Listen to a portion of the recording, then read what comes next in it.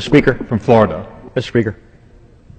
To what purpose does the gentleman from Florida rise? I ask unanimous consent to speak for 5 minutes out of order. Without objection. Thank you very much. Mr. Speaker, in recent weeks, we have seen the issue of the Western Sahara receive a great deal of coverage in the world press. Unfortunately, the press coverage has often been biased. In fact, I've seen cynical attempts at purposeful disinformation. I think it's important that we remember history. Let's not forget that while the Sahara was under Spanish colonial rule, only Morocco laid claim to that territory as its own. The Kingdom of Morocco repeatedly claimed the Western Sahara and demanded the end of Spanish colonial rule.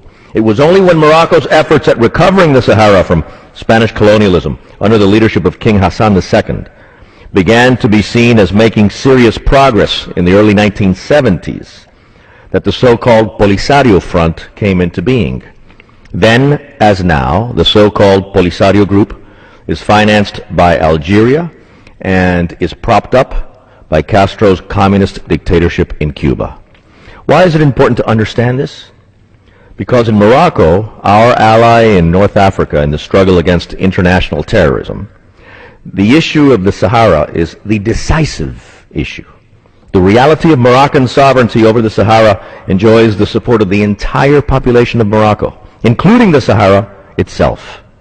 In other words, the issue of the Sahara is the sine qua non, the necessary ingredient for stability and peace in that country of strategic importance in North Africa, our friend and ally Morocco.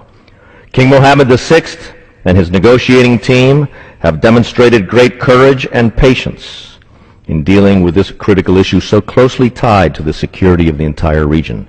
Let us never forget that a make-believe and illusory, a fake microstate in northern Africa would be led by a Castro-Cuban-formed political class which would constitute a minority of the population, even within the fake microstate, but would control it through Castro-style repression.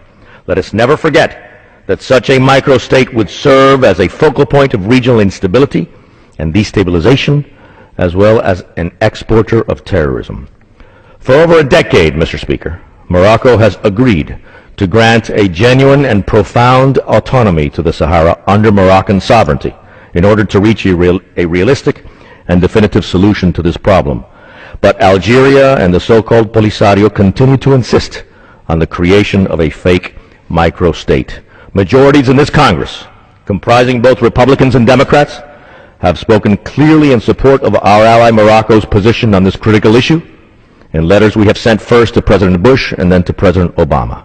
The United States, during both administrations and with the strong leadership of Secretary of State Rice and Secretary of State Clinton, has agreed with the position expressed by the overwhelming majority of this Congress.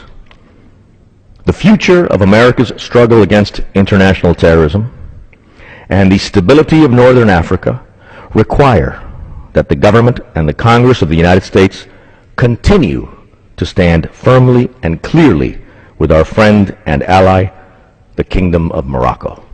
I yield back.